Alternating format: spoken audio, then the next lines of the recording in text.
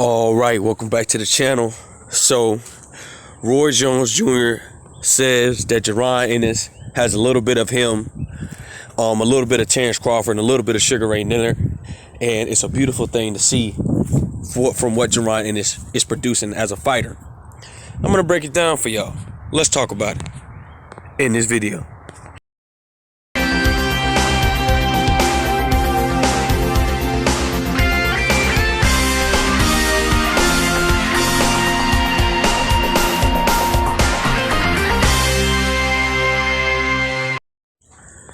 King Jr. got another video for y'all. Please sure that you like and subscribe to the channel to get all your latest boxing news. With that being said, Roy Jones Jr. Did a couple interviews lately, and he says that what was his thoughts on the Crawford. His first thought was on Crawford and Spence, how they waited too long to fight and stuff like that. They should have been fought and stuff like that. And he feels like that Jaron Ennis will beat Terrence Crawford and Errol Spence Jr. right now. And I think that Jaron Ennis, in my opinion, he needs to be in the ring with better opposition to really see where Jaron Ennis stands at. He's fighting a guy within Custio Clay, and that's an undefeated fighter. Jaron Ennis, we all know he has all the talent, but look at this scenario. Steel sharpen steel. We need to see steel sharpen steel when it comes to Jaron Ennis. Jaron Ennis is the steel, but he doesn't need to be fighting wood. You kind of understand what I'm saying here? But Roy Jones gives Jaron Ennis a lot of high praise that he's a very talented fighter, and he will beat Errol Spence Jr. and Terrence Crawford. Now, I feel like that Errol Spence Jr. is going to fight Jaron Ennis. Jaron Ennis will get his chance. Errol Spence Jr. called Jaron Ennis and says, look, you're going to get your chance, but right now I'm the big dog. And Errol Spence Jr. is looking not to stay at the welterweight division, and he's making his way at 154 pounds. With the scenario with Terrence Crawford, Terrence Crawford also stated that Jaron Ennis is a very talented. He reminded him of himself, but Terrence Crawford also stated that he's not looking to stay in the sport until his late 30s and or 40s. He's willing to get out. So who knows? Terrence Crawford might have 3 to 4 more fights under his belt left, and Terrence Crawford is going to be excellent in the sport. So I don't think that Terrence Crawford would ever face Jaron Ennis. But if that was the case, I think that it will be all over for Terrence Crawford. I don't think Terrence Crawford will be able to beat Jaron Ennis at the stage of his career due to the age and due to the stuff that slows him down. And remember, Terrence Crawford is 35 years old, and Father Time is undefeated. There's a lot of things that Terrence Crawford has been lacking since he's got older. You guys remember when the young Terrence Crawford, how he was so good in the orthodox stance and that he was so elusive. He was just, just unreal.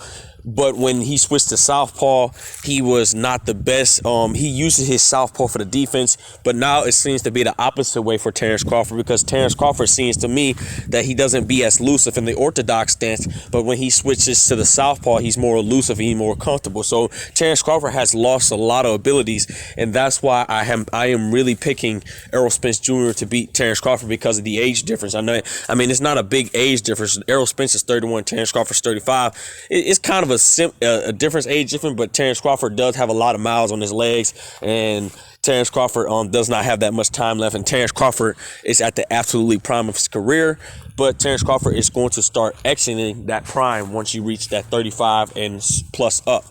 With that being said, Jaron Ennis is going to be a problem in my opinion. I think the fact of the matter is he can beat Terrence Crawford and Errol Spence Jr., but we have to see him sharpen steel versus steel. We got to see what's going to happen when Jaron Ennis is pushed to the limit breaker point. And a lot of people feel like that Jaron Ennis need that limit breaker fight against Virgil Ortiz Jr. A lot of people feel like that Virgil Ortiz Jr. Versus Jaron Ennis is going to be the next biggest fight at welterweight, or potentially seeing an undisputed showdown. We also got guys other than Virgil Ortiz Jr. and Jaron Ennis. You also got a guy within Stanionis. Stanionis is another good solid welterweight. You also got Blair Cobbs. If he ever gets a fight, he's going to be a pretty decent welterweight. And you also got Speedy Rashidi Ellis, who a Golden Boy fighter, which inactive. It makes no sense why he's just put on the back burner. And he lost a fight. So he has all that talent. but it's going to affect Speedy Rashidi Ellis in a big way because he's not getting fights. With that being said, I feel like that Jaron Ennis is a mixture of all the guys that Roy Jones Jr. named and Terrence Crawford and Errol Spence Jr. It's like this. Jaron Ennis, is just on a different atmosphere, on a different level. I think that in 2 years, he's going to be a problem. I don't know if the fight with Errol Spence Jr. or Jaron Ennis is going to happen in the near future. It depends on the sport of boxing and the business of boxing if Jaron Ennis can capture all those belts if he seeks to choose undisputed. But I don't think that Jaron Ennis or Terrence Crawford would potentially never fight Jaron Ennis because of the business of boxing. And I think the business of boxing is going to prevent this fight. I think that if Jaron Ennis can't get undisputed at the welterweight division, if he so chooses to go for undisputed, I don't think he's going to be able to get the fight with Errol Spence Jr. Or if he just can't get a big fight in general and they don't want to unify the division, let's say like Virgil Ortiz Jr. have the belt and he says, you know what, I'm not fighting him, and Jaron Ennis moves up, I can see that way of Errol Spence Jr. giving Jaron Ennis a shot because Errol Spence Jr. by then should have a mission to capture all those belts at 154 if he so chooses to get undisputed there. I don't see Terrence Crawford fighting Jaron Ennis. Terrence Crawford mentioned Jaron Ennis on how he's a good fighter, but the name, well, a lot of people let me backtrack. Terrence Crawford heard of the name years ago. A lot of people was telling that Terrence Crawford needs to watch out for this kid Jaron Ennis, and Terrence Crawford said, I'm gonna watch out for him. And I don't think Terrence Crawford's too eager to fight Jaron Ennis. At the end of the day, I just think that Terrence Crawford just wants the big fights, and he's looking to get out of the sport because Terrence Crawford already stated that he's not looking to stay in the sport no longer than his late 30s or 40s. And I can see Errol Spence Jr. versus Jaron Ennis. It's going to depend on how time is going to elapse this fight to happen. Because if let's say Errol Spence Jr., winner of that, because both guys already said they're going to move up to junior middleweight. So all the belts are gone, and you got all these new players in the welterweight division trying to capture a belt. Let's say Jaron Ennis has 2 belts and Virgil Ortiz has 2 belts, and they're tip to tap. They can't get a deal done for some oddly reason. They say he's ducking this. And Jaron is like, you know what? I'm going to move up and weight since Virgil Ortiz. I'm going to vacate these belts and I'm going to go up to 154 and fight Errol Spence Jr. Errol Spence Jr. gets him a shot. I think it's going to be a very dangerous fight for both guys.